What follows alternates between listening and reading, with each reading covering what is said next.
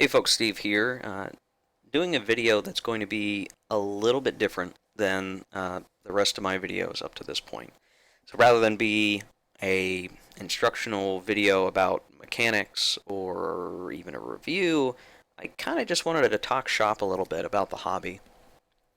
And some things that I kind of find interesting about the way some of these things go.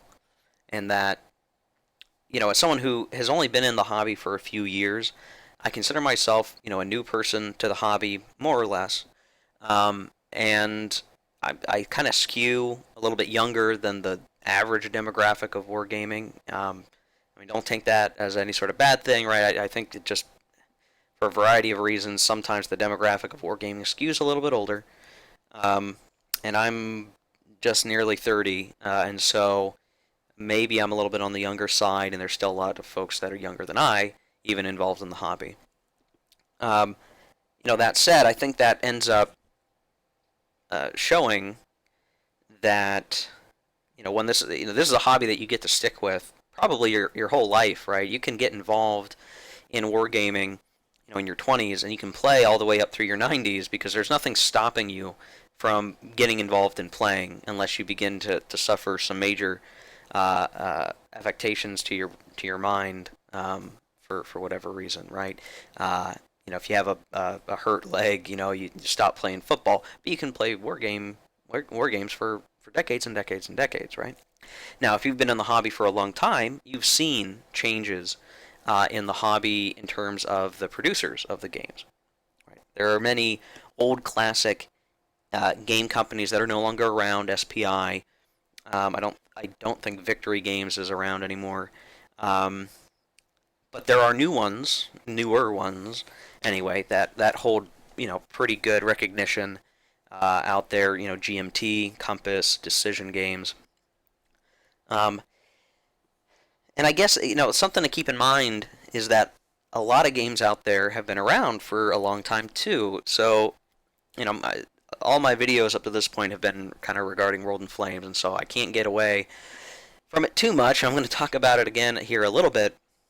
In 1985, I believe, is when World in Flames first came out, right? According to Board Game Geek, use that as I'll use that as fact for now. And so you figure that's 32 years, right? 32 years. You could, the game series is older than I am, by a few years, a couple years, and it's gone through a lot of revisions, right? The new version, the one that's coming out this month, is the 8th version of the rules, or at least I've seen it referred to as such. It is the collector's edition printing. Depending on how many print runs have been done, I won't split hairs on it, but that's the latest version. Now, the version that was won back, the sort of 7th edition of the rules, had a sort of subname, the final edition. Now, obviously, that's not true anymore, right? We have the next edition, the collector's edition. Whether or not the collector's edition will be the final edition, I guess we don't know, right? But the whole fact that this other version was titled the final edition is kind of indicative of something, I think. I think it's a bad idea that they called it the final edition, by the way, because I feel like the word final is such a negative in our hobby, because if it's final, that's it. That's the end of the road, and thankfully it wasn't for World in Flames. But it always could be, right? There's always that possibility that this game comes out, and then for whatever reason they're never able to do another printing, or the folks in charge either stop doing it, or maybe they pass away, or something happens, and we don't get to continue enjoying this product, or at least having it readily available as a brand new game. And new players, new hobbyists who are coming into wargaming, they're looking, probably to start with anyway, at new games that they can buy off the shelf. They can rip open the shrink wrap and play a game, and they know that it's relatively new, or that the community that plays it out there's enough of a volume for people to be involved in it. But for older games, ones that are out of print, haven't been printed in a long time, it can be harder. you can grab anybody who's willing to play a game, and they'll maybe be willing to learn it, but it's a lot different if they can't get a hold of their own copy. Or maybe they're relying on Vassal, and I've used Vassal on my channel a lot, but there's certain things with Vassal even that just aren't the same as playing the game in person, and so you're kind of restricted in your ability to play it. That's if you're even lucky enough that there is a Vassal module for it. So, the one thing I hope doesn't happen is that, World in Flames goes away, right? This collector's edition comes out, it's on the market for a while, the folks that are interested in it get it, but eventually it too, like the final edition, maybe could go away. Now, this final edition here is available from the Australian Design Group on their website to buy right now for apparently 91 American dollars, and it is the older version. They have the newer version on the site as well, but if you wanted to for some reason buy the older version, you could, which leads me to believe that they still had copies sitting on the shelves. And I guess that's a good sign in some ways, right? That's saying if I was a new person to the hobby, I could still, and they weren't going to do the collector's edition, I could still come out here and get a copy of the final edition. That's good. That's a good thing to know. But some games don't last that long, and they go out of print and they stop becoming available. And you're then regulated, if you're really interested in playing a game, of trying to find a copy on the secondary market. In my time with the hobby, in online and in forums, not too long ago, I was on Board Game Geek asking about a game that covered a certain time of history that I felt like there isn't a really good strategic level game about this sort of conflict in this time period, and was sort of asking around about it, and someone had made a recommendation. I said, oh, well, this kind of fills that niche. Here's the game. Well, the problem with the game was that it had come out in the mid-'80s-ish and was out of print. And it must not have been printed very much. And, any secondary market copy you'd want to get was, $400. It was more like a collector's item than a game that I was going to buy, bring home, rip open, punch the counters, and play a game with. It just wasn't going to happen. And I think that sucks, right? I mean, there's nothing more I can do about it. Even if that game's a really good game, I'm not going to be able to really play it. At least not in a physical way. Maybe I could find a Vassal module. I couldn't, I think, find a Vassal module of that particular game. So then I'm out of luck, right? The only other way is if someone, loaned me their copy and I manufactured my own copy out of spare parts. And so I guess I have a particular fear that could happen more and more often to really good games that are out there. And ultimately, I think the hobby will adjust to that need, and they already have. I have some good examples here I wanted to talk about. So there is a game that had come out also in the mid-'80s called Imperium Romanum. I think in '81, the first version, Imperium Romanum 1, came out, and then in '85 they had Imperium Romanum 2. Now I have 1 and 2. I had bought the first one from a game store as a used copy, just for a laugh, because it wasn't a complete game, I think it was missing a few components. And then that fostered my interest to go find a copy of 2, and fortunately, in the secondary market, there are some still out there that are reasonably priced, and you can get. And I got one that was in, nearly mint condition. It had some counters punched, but it was in good condition, right? It's a cool game, and maybe at some point I'll do videos about this game. It's a very cool game from my perspective, and I don't mind sort of complex rules and getting my head wrapped around things, but it's a big strategic level Roman Empire type of game. Only problem is it's old, right? Now, you can hunt down the secondary copies, but there's still a whole thing of I got to get someone interested in playing this really old game, and they're not going to really be able to find their own copy of the rules, or maybe someone's posted some version of the rules and they can crib off that. But there's sort of some hiccups to it. Well, fortunately, this game was done by West End Games, which is now gone, but Decision Games got the rights to it somehow. I'm not sure what was involved in performing that process. But they're doing version 3, and you can see this must be new box artwork because this wasn't here a couple of weeks ago. I don't know if this is the final box art. It's very similar to the last version. You can see here, very similar.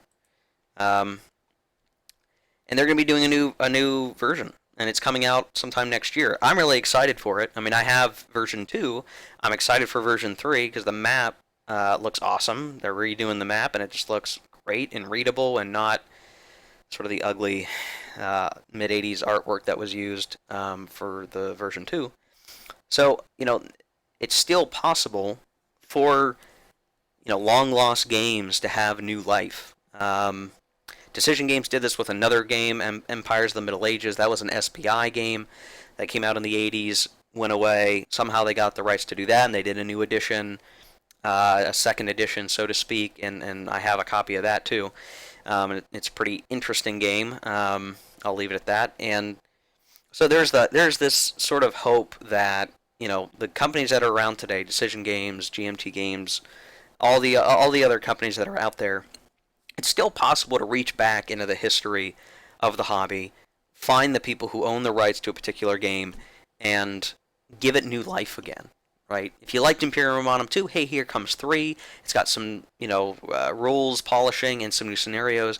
Hey, that's going to get some folks who are interested in the older versions. And because it's a new game and it's going to be readily available, someone new to the hobby can go, hey, you know what? This looks pretty cool. I like the Roman Empire. I like games around that time period. This looks right up my alley. I'm going to go get it. Right? Just because something's old doesn't mean it is not fun to play, or that folks aren't interested in trying to play it. And it just comes down to availability. Again, it's either a game is out of print and hard to find and thus expensive, or you can breathe life into it again. And obviously folks like GMT will reprint their games on occasion. They get the 500 pre-orders, they'll do a reprint of whatever. And I guess this video is really focused on more really the older games.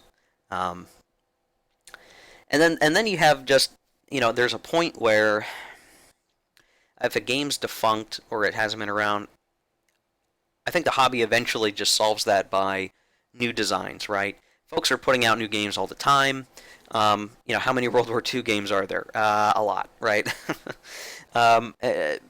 But eventually, if there's a particular game that fills a niche and it's been gone for a while, someone might just have the ingenuity to go and kind of come up with their own sort of version of that. And a case where that has happened recently is that you've got the Civil War, right? This was an old Victory Games game from the mid-'80s. And it covered the American Civil War. It was a strategic Hex Encounter game that covered sort of the whole American Civil War. And it's considered sort of a classic, a definitive game about the conflict, involving all the Hex Encounter mechanics. And since this game has been produced, there have been other games.